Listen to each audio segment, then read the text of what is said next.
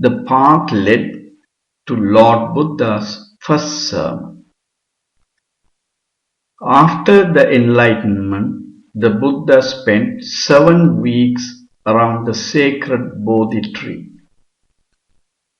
At the close of the fasting period, the Buddha was engaged in solitary meditation.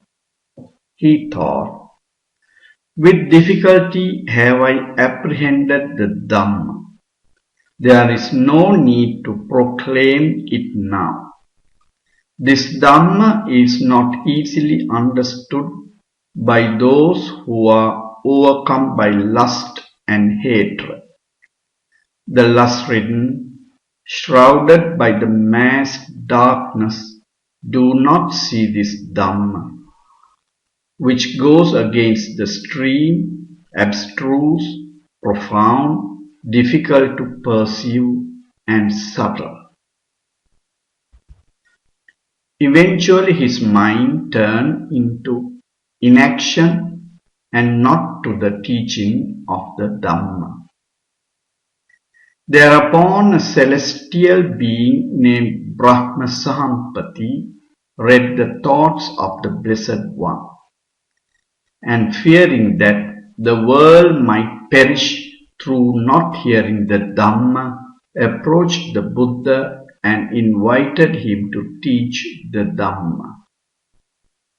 He wisely remarked, "In ancient times there arose in Magadha a Dhamma, impure, evolved by the corrupted.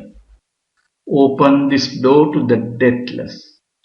May they hear the Dhamma, understood by the stainless, just as one standing on the summit of a rocky mountain would behold the people around. Even so may the all-seeing wise one ascend this palace of Dhamma. May the sorrowless one look upon the people plunged in grief and overcome by birth and decay. Rise, O hero, the victor in battle, the caravan leader, the debt-free one, and wonder in the world. May the Blessed One propound the Dhamma. There will be those who will understand the doctrine." When Brahma Sahampati entreated the Buddha for the 3rd time, he surveyed the world with his Buddha vision.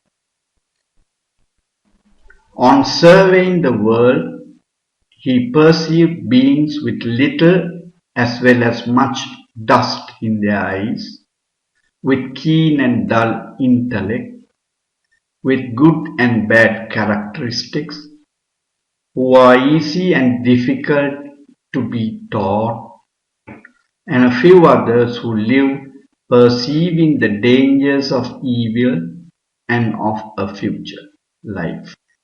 The Buddha therefore accepted the invitation of Brahma Sahampati. On the way to Benares to teach the Dhamma. "To whom shall I teach the Dhamma first? Who will understand the Dhamma quickly?"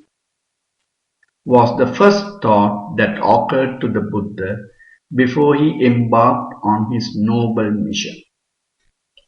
Well, there is Alara Kalama, who is learned, clever, wise, and has for long been with little dust in eyes. How if I were to teach the Dhamma to him first? He will understand the Dhamma quickly. Then a deity appeared before the Blessed One and said, "Lord, Alara Kalama died a week ago." With his divine eye, he perceived that it was so. Then he thought of Uddakarama-putta. Instantly a deity informed him that he died the evening before. With his divine eye, the Buddha perceived this is to be true. Ultimately, he thought of the 5 bhikkhus who attended on him during his struggle for enlightenment.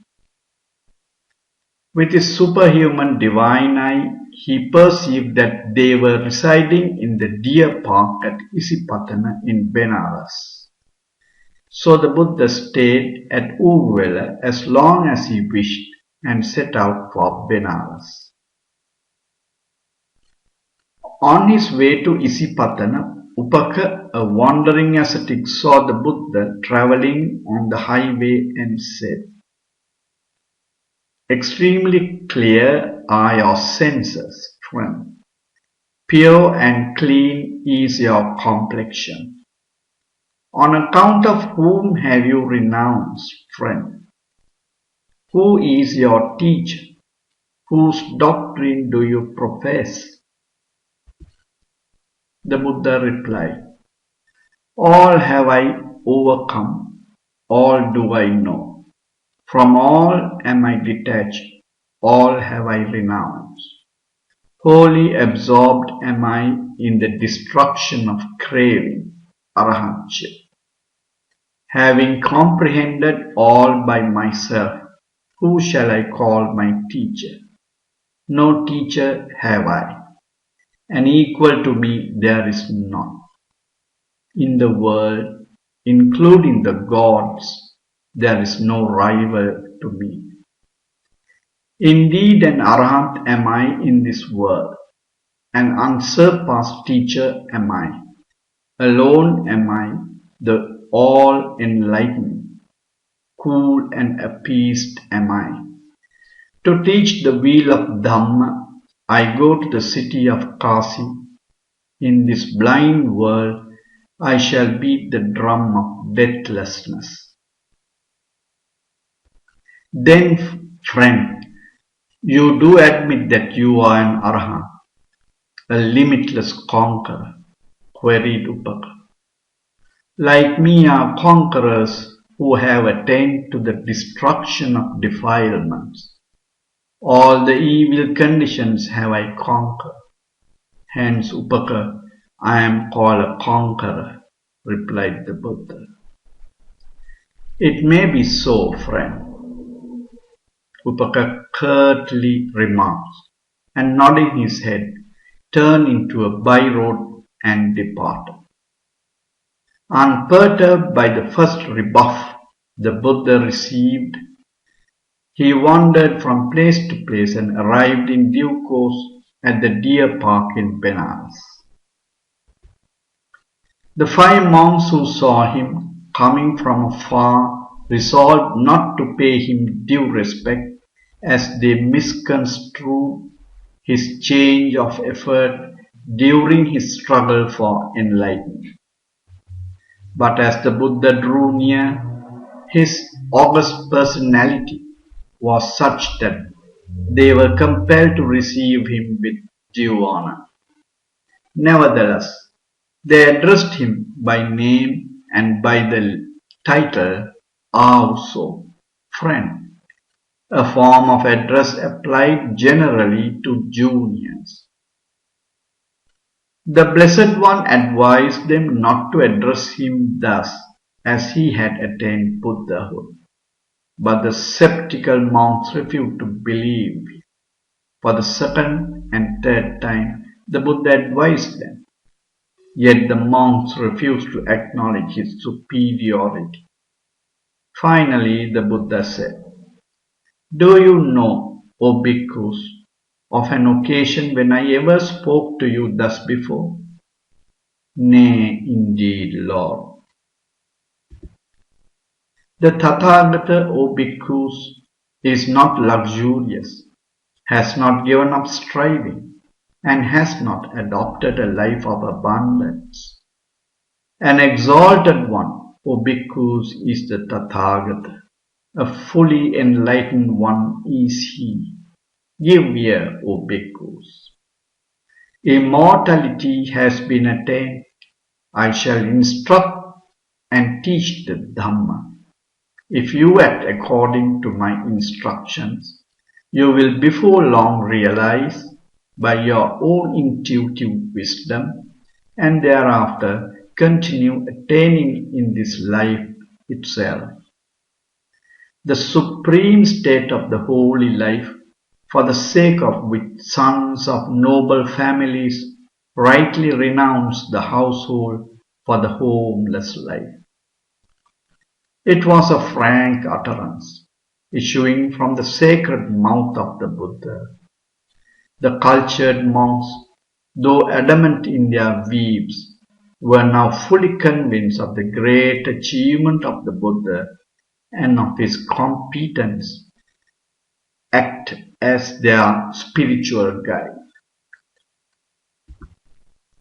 Two of the bhikkhus the Buddha instructed, whilst three went out for alms.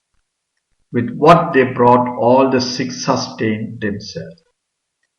Three of the bhikkhus he instructed, while two bhikkhus went out for alms.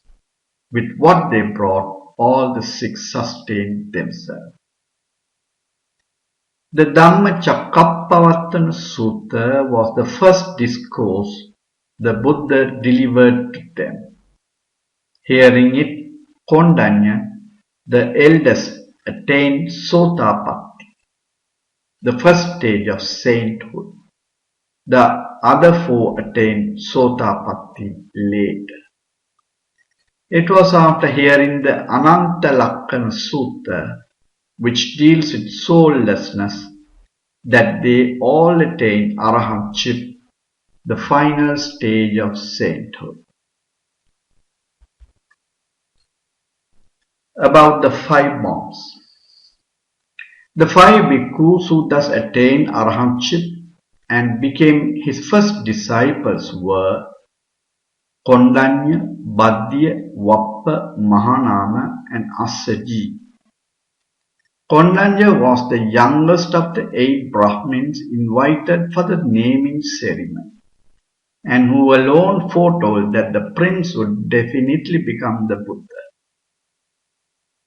The other 4 disciples were sons of the 4 of the other 7 Brahmins. These 5 Brahmins had retired to the forest as ascetics in anticipation of the renunciation of Prince Siddhartha, and at Uruvela they had attended on him when he was striving to attain Buddhahood.